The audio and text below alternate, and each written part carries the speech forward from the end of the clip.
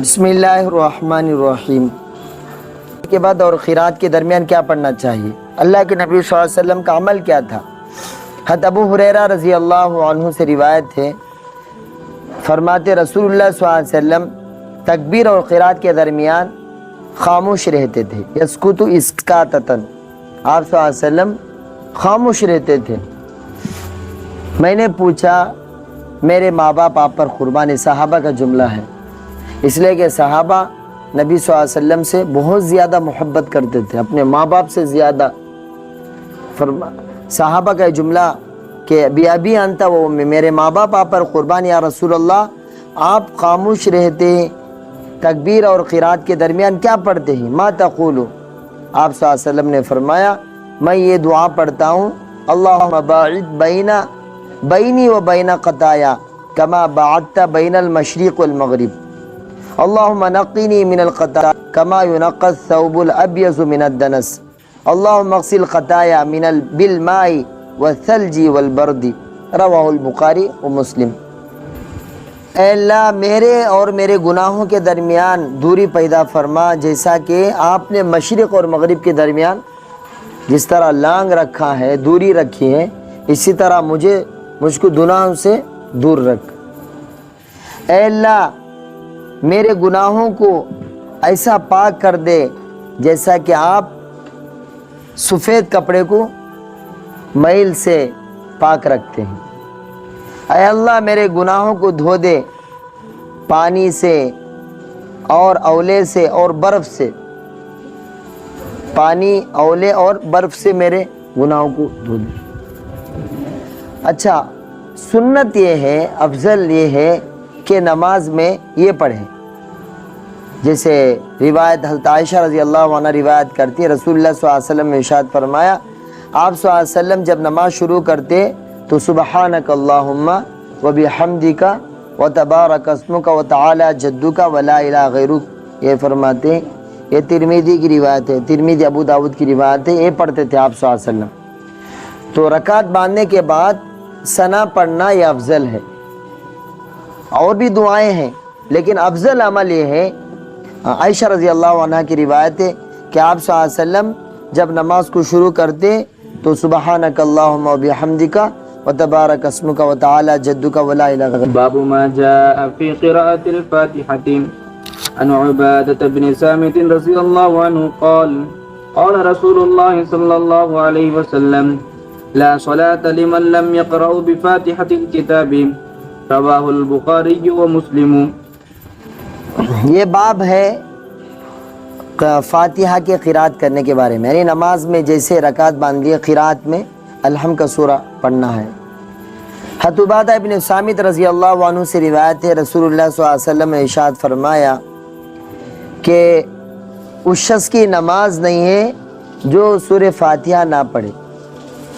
تو یہاں لا صلاۃ، اس شخص کی کامل نماز نہیں ہوتی جو سورہ فاتحہ نہیں پڑھتا ہے۔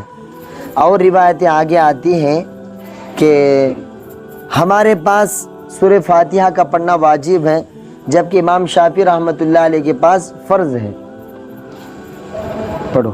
عن عبادة قال كنا خلف رسول الله صلى الله عليه وسلم في صلاة الفجر فقرأ رسول الله صلى الله عليه وسلم فثقلت عليه القراءة فلما فرغ قال لعلكم تقرؤون خلف إمامكم قلنا نعم يا رسول الله قال لا تفعلوا إلا بفاتحة الكتاب فإنه لا صلاة لمن لم يقرأ بها، رواه أبو داود والترمذي والبخاري في جزء القراءة۔ حضرت عبادہ ابن سامت رضی اللہ عنہ سے روایت ہے کہ فرماتے ہیں ہم رسول اللہ صلی اللہ علیہ وسلم کے پیچھے فجر کی نماز پڑھ رہے تھے، آپ صلی اللہ علیہ وسلم نے جب پڑھا تو آپ پر قرات کچھ بھاری ہو گئی۔ جب نماز سے فارغ ہوئے تو آپ صلی اللہ علیہ وسلم نے فرمایا کہ تم میں سے تم امام کے پیچھے قرات کرتے ہو؟ ہم نے کہا ہاں یا رسول اللہ۔ آپ صلی اللہ علیہ وسلم نے فرمایا قرات نہ کرو مگر سورہ فاتحہ، یہ اس شخص کی نماز نہیں ہوتی جو سورہ فاتحہ کو نہ پڑھے۔ تو یہ دلیل ہے ان لوگوں کی جو نماز میں سورہ فاتحہ کو ہر ایک کے لیے ضروری کرتے ہیں، یعنی امام کے لیے بھی، مقتدی کے لیے بھی، منفرد کے لیے بھی، سری نمازوں میں بھی، جہری نمازوں میں۔ ہاں ہمارے پاس یہ ہے امام کے لیے، مقتدی کے لیے، امام کے لیے، منفرد یعنی اکیلے نماز پڑھ رہا اس کے لیے تو سورہ فاتحہ کا پڑھنا واجب ہے۔ البتہ وہ آدمی جو امام کے پیچھے نماز پڑھ رہا ہو، جس کو مقتدی کہتے ہیں، وہ قرات نہ کرے گا، جیسے آگے احادیث آتی ہیں۔ اس کے لیے فرمایا وَإِذَا قُرِئَ الْقُرْآنَ فَاسْتَمِعُوا لَهُ وَأَنصِتُوا، جب قرآن کو پڑھا جائے تو قرآن کو سنے، خاموش رہیں۔ تو ہماری دلیل ہے کہ جو بھی مقتدی ہوگا، جو امام کی اقتداء کر رہا ہے، امام کے پیچھے نماز پڑھ رہا ہے، اس کے لیے خاموش رہنا ہے، اور امام کی قرات ہی اس کی قرات، آگے احادیث آتی ہے۔ حضرت ابو ہریرہ رضی اللہ عنہ سے روایت ہے، رسول اللہ صلی اللہ علیہ وسلم نے ارشاد فرمایا، جو شخص سورہ فاتحہ کو نماز میں نہ پڑھے بس اس کی نماز خداج ہے، یعنی کامل نہیں ہے، ناقص ہے۔ خداج بولے تو ناقص ہے۔ آپ صلی اللہ علیہ وسلم نے جملہ 3 مرتبہ فرمایا، یقولها ثلاثا، آپ صلی اللہ علیہ وسلم نے اس جملے کو 3 مرتبہ فرمایا کہ جو بھی نماز میں سورہ فاتحہ کو نہ پڑھے اس کی نماز ناقص ہے، یعنی اس کی نماز پر اسے پورا ثواب نہیں ملتا ہے۔ باب ما جاء في ترك القراءة للمقتدي. عن أبي موسى قال أن رسول الله صلى الله عليه وسلم خطبنا فبين لنا سنتنا وعلمنا صلاتنا فقال إذا صليتم فأقيموا صفوفكم ثم ليؤمكم أحدكم فإذا كبر فكبروا وإذا قرئ فانصتوا وإذا قال غير المغضوب عليهم ولا الضالين فقولوا آمين يجبكم الله فإذا كبر وركع فكبروا وركعوا فإن الإمام يركع قبلكم ويرفع قبلكم فقال رسول الله صلى الله عليه وسلم فتلك بتلك رواه مسلم۔ یہ باب ہے مقتدی کا قرات کو ترک کرنے کے بارے میں، یعنی وہ آدمی جو امام کے پیچھے نماز پڑھ رہا ہو اس کے لیے فرض یہ ہے کہ وہ خاموش رہے۔ حضرت ابو موسیٰ رضی اللہ عنہ سے روایت ہے، فرماتے رسول اللہ صلی اللہ علیہ وسلم ہمیں خطبہ دیا اور ہمارے لیے بیان کیا سنتوں کو، اور ہمیں نماز سکھایا۔ آپ صلی اللہ علیہ وسلم نے اس حدیث میں صحابہ کو نماز سکھایا کہ جب تم نماز میں کھڑو تو سب سے پہلے اپنے نمازوں میں صفوں کو صحیح کرو، اور تم میں سے کوئی امامت کرے، جب امام صاحب اللہ اکبر بولے، تکبیر پڑھے تو تم تکبیر کرو، اور جب وہ قرآن پڑھے تو خاموش رہو، جب امام صاحب غیر المغضوب علیہم ولا الضالین کہے تو آمین کہو، اور جب رکوع کرے، تکبیر کرے تو ورکع فکبروا ورکعوا، رکوع کے لیے تکبیر کرے، تکبیر کہے اور رکوع کرے تو تم بھی تکبیر کہتے ہو رکوع کرو،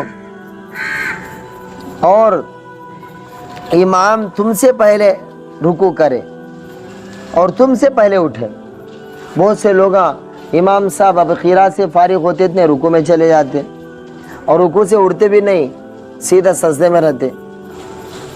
حالانکہ یہ عمل ہے کہ امام سب سے پہلے رکوع کرے اور امام رکوع سے پہلے اٹھے۔ رسول اللہ صلی اللہ علیہ وسلم نے فرمایا یہ کرے، یعنی فتل کا بتل کا، پہلے مقتدی امام کرے گا، بعد میں مقتدی کرے گا۔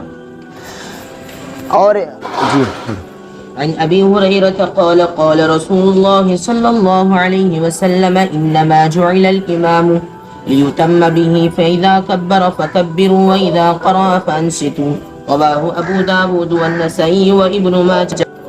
ہمارے پاس احناف کے پاس امام کے پیچھے پڑھنے والا مقتدی، امام قرات کرے تو تم خاموشی سے سنتے رہو، اسے سماعت کرتے رہو، سنتے رہو۔ عمران بن حسين أن رسول الله صلى الله عليه وسلم صلى الظهر فجعل رجل يقرأ خلفه بسبح اسم ربك الأعلى فلما انصرف قال أيكم قرأ أيكم القارئ قال رجل أنا فقال قد ظننت أن بعضكم قال جنيها رواه مسلم۔ اس کی بعد کی حدیث بھی پڑھو۔ عن جابر قال قال رسول الله صلى الله عليه وسلم من كان له إمام فقراءة الإمام له قراءة. رواه الحافظ أحمد بن منيع في مسنده ومحمد بن الحسن مؤتاء والتحابي والدارقطني. یہ دلیل ہے ہمارے لیے احناف کی کہ امام کے پیچھے جو مقتدی ہوگا وہ قرات نہ کرے. آپ صلی اللہ علیہ وسلم نے ظہر کی نماز پڑھایا، ظہر کی نماز پڑھی تو پیچھے ایک آدمی سبح اسم ربک الاعلی پڑھنا شروع کر دیے. آپ صلی اللہ علیہ وسلم جب نماز سے فارغ ہوئے فرمایا کس نے پڑھا ہے؟ یا راوی فرماتے کون ہے تمہیں کا قاری؟ ایک آدمی نے کہا میں یا رسول اللہ انا قد ظننت ان بعضکم خالی جنیہا. بہرحال امام کے پیچھے جو بھی نماز پڑھے گا وہ خاموش رہے گا، وہ قرات نہیں کرے گا. دوسری روایت میں آتا ہے رسول اللہ صلی اللہ علیہ وسلم نے فرمایا من کان لہ امام فقرات الامام لہ قرات. جس کا امام ہو بس امام کی قرات مقتدی کی قرات ہے، یعنی مقتدی کو اسپیشلی قرات کرنے کی ضرورت نہیں ہے، پیچھے قاری ہونے کی ضرورت نہیں ہے. بس امام صاحب جو قرات کریں گے وہی قرات امام صاحب مقتدی کی بھی ہوگی. اللہ تعالی ہم سب کو عمل کی توفیق عطا فرمائے.